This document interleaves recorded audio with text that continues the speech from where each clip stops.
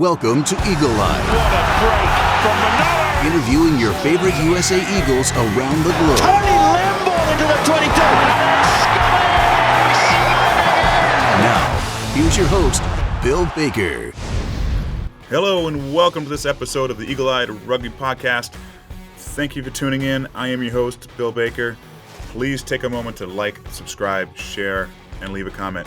Now, today's guest is USA 7 star Nia Tapper. I tell you what, Naya is really interesting. She's only one of a few rugby players to have played in both the 7s and 15s World Cup, and the accolades are piling up. Multiple Dream Team selections in the HSBC series, second all-time USA women's try scorer, but also she's a podcaster and has her own clothing line. This is a lot of fun doing this interview. I hope you enjoy it. Here I am with Naya. All right, first of all, Naya, it's such a pleasure to have you on the show. Thank you so much for giving me your time. And how are you doing right now? I'm doing pretty good. Just waking up. Today's our off day, so I'm looking forward to relaxing. Wait, did I make you get up early? That's not good. No, I had a call before this. No worries. You're in California right now. Is that correct? You're training? Yeah. I've seen some of your social media posts. I'm very jealous. The warmth, the beach. It's a good life out here. Yeah, I bet. So let's go back. Let's talk rugby. Let's start from the beginning for you. How did it begin for you? I know it started in college, but how did that happen? I was doing track and field from like 7th grade to 12th grade of high school. And while doing that, I was asked to come join the high school rugby team that we had at my high school. And I didn't really know what it was. I knew it was a contact sport and it was very similar to football. And that's kind of what I grew up playing, football with the boys and stuff. So it was definitely something I was interested in. But because I was so invested in my track career in high school, my coach was like, I don't think that'd be a good idea just in terms of injury and stuff like that. So I was like, okay, whatever. Like, I don't really know the sport anyway. I'm not too tied to it. So I wasn't too pressed about that. But when I went into college, I kind of decided I didn't want to run track anymore. And I just wanted to focus on academics and being a college kid and enjoying that life. And then I ended up running across a tryout for the rugby team at UNC Chapel Hill. And that's kind of where it all started. And you were sold from the beginning. How good were you at track? Were there any scholarship offers out of high school, or you just fast?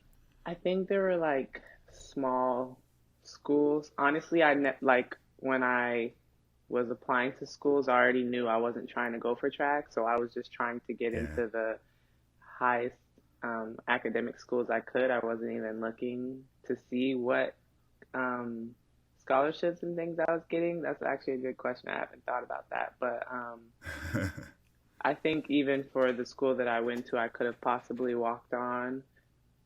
We were pretty good. We were nationally ranked in high school, did great in states. So for those 4 years, it was definitely like a lot of great accomplishments that I gained during that time. When you did pick up the rugby boots and the ball, what was your transition like? Was it just immediately you were just good at it? Or did you have a bit of a learning curve? I think it was really easy for me just because they were like, hey, we're going to put you on the edge. All you got to do is catch the ball and run. And I had already been running, so it was like, okay, now I just have to focus on catching the ball. And physically, I was bigger, stronger, faster than majority of the girls that I was going up against all 4 years of college. So I never really had to learn much, It was kind of like, just use what you already know and we'll use you in that way. It was never like, oh, let's put you in the center role and see if you can learn how to set people up, or let's put you in a role where you'll have to pass. It was like, just catch the ball and go score.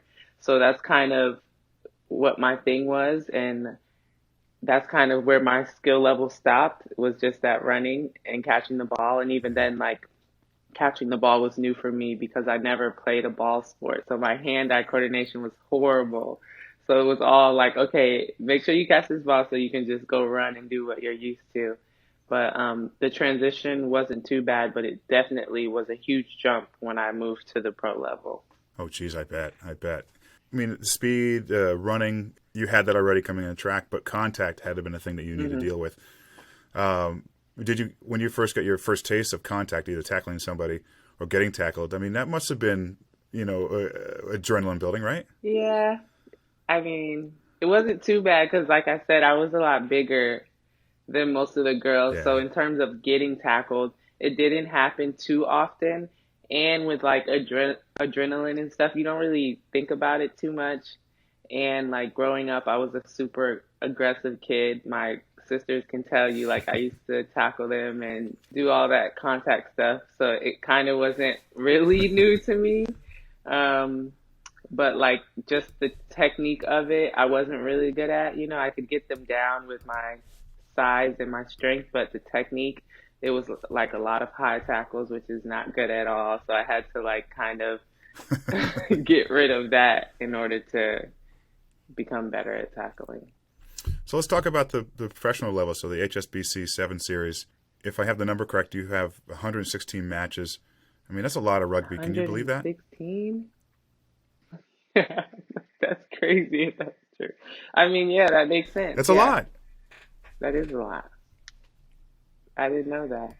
It's a lot of miles running for you as well on that pitch for 116 matches, and a lot more to come, obviously. But so let's talk about that series. What is it like to be on the series? With the travel, the level of play. It's got to be fun, but yet difficult. So talk about that series.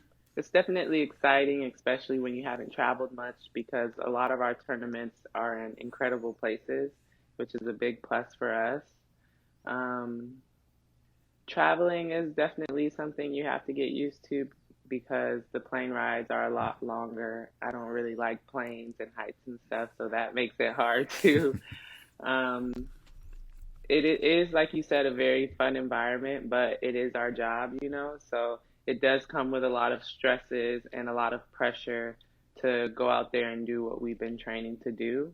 So when it goes our way, it's great, and everybody's happy and everything's peachy. But when it doesn't, that's when things can go a little left and be uncomfortable. But I think that's the amazing part of it is it's very similar to life where sometimes things will go as planned and sometimes they won't, and it all comes down to how do you react in those situations. But definitely being able to play in front of people all around the world is an amazing feeling, but also very scary too. So you face some pretty strong sides as yourself as well. USA, Black Ferns, Australia, Canada, France. What is it about this group of teams that makes them stand out over most of the world's teams, other teams out there? What is it about these teams? Is it preparation? Is it just athletic talent in these countries? hmm I think the first point I would make is that the NFL or the NBA here is like rugby in those countries. So those girls, yeah, they start playing when they're like 4 years old. Yeah. And the amount of skills that they're able to attain and the amount of knowledge that they're able to attain makes them that much better than a lot of the teams like the US, Canada, and other countries where we're just now kind of getting a hold of this sport. Mm-hmm. And a lot of our girls are starting at 18 versus 4. So if you look at it that way, they have years and years of practice added to them that our teams don't. And if you watch a lot of our games, maybe a couple years ago, we were a very athletic team, but rugby-wise, skill-wise, being able to read the gaps and pick the right plays, that's kind of where we lacked. And that wasn't the case for New Zealand and Australia and France, where like that's their sport in their country. They've been playing it forever and they know how to play it well. They know how to make it look good, and they win.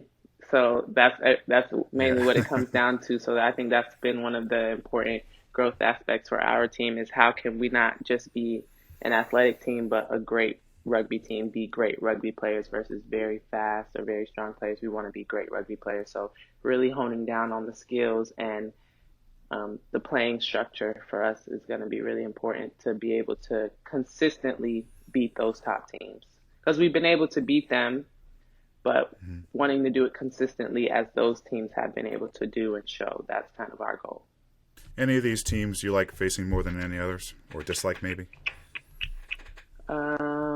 I guess I would say I like facing the more skilled teams just because when you do well, it makes you feel like you're actually doing well, versus playing a team that's not as experienced or not as skilled and doing well and then feeling like, okay, did I really do well? Or did they just not do as good as they possibly could? So it's just like more confidence and reassurance for the individual athlete and possibly the team when you beat a New Zealand side versus a less experienced side. I can completely understand that. So moving forward to this year, we're an Olympic year again. Obviously disappointment last year when it was postponed. Fingers crossed it goes on this year. And what have preparations looked like for you and the team? What are you doing that right now to get ready for the Olympics? Right now, we're really focusing on our fitness. We believe that if we can have that aspect of our play nipped in the butt, a lot of other things will be easier to do. It's hard to do things when you're tired. So if we can prevent tiredness as much as we can, then we can make sure that balls go to hands. We can make sure kicks go where they need to go. We can make sure people are in positions on attack and defense to be able to do what we do really well. We're also focusing on making sure that we're one of the top teams in terms of kickoff, receipt, and contest, and making sure that even when it isn't supposed to be our ball, we put ourselves in a situation where we get the ball back, because when we have ball in hand, that's when we have opportunities to do what we're really good at doing, which is scoring tries and winning games. Another thing that we really want to focus on is just individual tackles so that everybody can do their job kind of thing. It helps us stay a lot more organized when each individual person can do their necessary job in that moment. So I think that's a big thing for us, just fitness, tackle execution, and restart. No, it's tough for any team to have any momentum going into the Olympics when you're not playing, other clubs. Are there plans for that coming up? You did Dubai in February, obviously. Are there any plans coming up for you to face other nations leading into the Olympics? Supposedly there's a tournament in LA at the end of June, right before the team heads off to the Olympics. So we're hoping that that's an opportunity to play some of the teams that we weren't able to play in Dubai and Spain earlier this year, so that we can, again, have a checkpoint of, okay, where are we at going into these next 3 weeks. And one last thing about the Olympics, what would it mean to you to pull on a jersey and represent USA in the Olympics? It's going to be crazy exciting because it would be my first time, and I would officially be an Olympian after all these years of working really hard towards that goal. And not many people can say, that they're even training to go to the Olympics. So I'm just kind of really excited for where I'm at now with just being able to train and say, hey, I'm working towards the Olympics. And then hopefully in the next month or two, I can say I'm officially an Olympian. That would make me so proud. It would make my family and friends so proud, and it would definitely be inspiring to people who are looking up to me. That'd be amazing. Yeah. Couldn't even imagine. You've started a podcast recently with a teammate called Leo's Den. Talk about that podcast. What is it about? So for that podcast, me and my teammate / great friend, Ilona Marr, we wanted to put something out there that would be fun for us to do, and also another way for us to kind of spread awareness about rugby and women's rugby, and specifically with the show, we kind of wanted to give people a look not only into just the rugby side of what we do, but also kind of our personal lives, which I think is a lot more interesting at times than the rugby part. In terms of like interviews and stuff, a lot of the questions that are asked to us are very similar over the years. So we kind of want to create a platform where you learn a little more about us and we go a little deeper into who we are as human beings. So we're trying to make it fun and exciting, but also informational for people who don't know what rugby is or don't even know that women play rugby. And what's the feedback been like? It's been really good. Yeah. Definitely like a lot of feedback about us having fun conversations, but also talking about things that are happening in our world, which we feel are very important to talk about. A lot of younger girls really liking the body confidence chats. We try to interact with our listeners as much as possible, whether it's having them give us questions to answer on the podcast or even choosing the topic for the next week. So it's been fun. We just finished our first season and we're getting ready to go into our second season. So hopefully it just keeps going up from here. Well, I like it. I listened to a couple episodes recently, and I'm following you guys. So, and I thought the episode about African Americans playing rugby in the United States, I thought that was great. You two have a really good chemistry together. So good luck with that, and of course I'll keep on listening. So you have a brand, Naya on Fire. Oh, sorry, is it Fire? Because over here in Boston, it's Fire. So that's exciting too. Talk about the brand and the merchandise. Yeah. So kind of going into my rugby journey and realizing like this is where I want to be, and realizing that I was impacting people. I was like, okay, like it would be important to turn this into a brand. I feel like not enough athletes in the rugby realm promote themselves enough. Mm-hmm. So I was like, that's something that I want to dedicate my time to while I'm here. And so that's kind of where Naya on Fire came. I have my Instagram and my social media platforms. I have a YouTube channel where I do interviews of my teammates to, again, share them with the world. I have an ab club on there. I put funny videos on there sometimes, and also rugby highlights. I have a t-shirt or like a merch brand on my website and on all my platforms. I don't know if you can see it here. Oh yeah, nice. But a lot of fun stuff. My merch has kind of grown, so it's been nice to see that. I had my first females only rugby camp that I started with one of my previous coaches, and we're getting ready to start that back up once COVID starts calming down a little bit more. So that's been amazing for the brand. And just kind of like promoting myself in general, that I'm this amazing human being that is super fast on the field, but also super fire in real life. Well, it's super fire. I mean, from what I've seen and read about you and watching you have a lot of positive energy, Thank and you. I love what you say a lot. I mean, do you have that kind of sense and feeling in your brand? Is that what comes across in your design and all that? I think so. I think it shows more just like the power that I have as a female in a contact sport. I think that's really cool that I do that, and that I'm pretty good at it, so that when people see me, they're like, okay, she's a female and she's playing a contact sport. She's pretty fast and she's pretty good. Like, I can stand behind that. Let's look forward, okay? Let's look at your future. Your last 15s game was in the World Cup, 2017. Do you think there's 15s ahead of you again, or are you going to be sticking with 7s for a while? I'm not sure. I want to say I'm going to stick with 7s just because I feel like that's more of my realm. I know I started with 15s in college, but 7s is kind of what I'm dedicated to right now. And I know there's a lot of girls and 15s that are super dedicated to that. So I don't want to just come in there like I did for the last World Cup and be like, hey, I'm here, and then take somebody else's opportunity. So I kind of want to leave that to the girls who are fully dedicated to 15s, and I'll just stay in my 7s realm. Stay in your lane, maybe is what they say. Stay in your lane. Yeah, stay in my lane. All right, so looking at things, so second all-time try scorer, a number of dream team selections, 2 World Cups, 15s and 7s. You've accomplished so much already. You're still young. Where do you go from here? What are your goals, your next goals? Obviously, I want to go to the Olympics, so that would be the ultimate goal. If I accomplish that, after that, kind of just enjoying my time from there. So I still want to play rugby. I would love to try to go to the next Olympics coming up. I think that would be pretty cool. And then after that, probably looking to retire and going to coaching or some type of women's director for a college rugby team or the Nationals rugby team. I still definitely want to stay involved in the rugby world and try to help and give back as much as I can. So that's kind of the plan.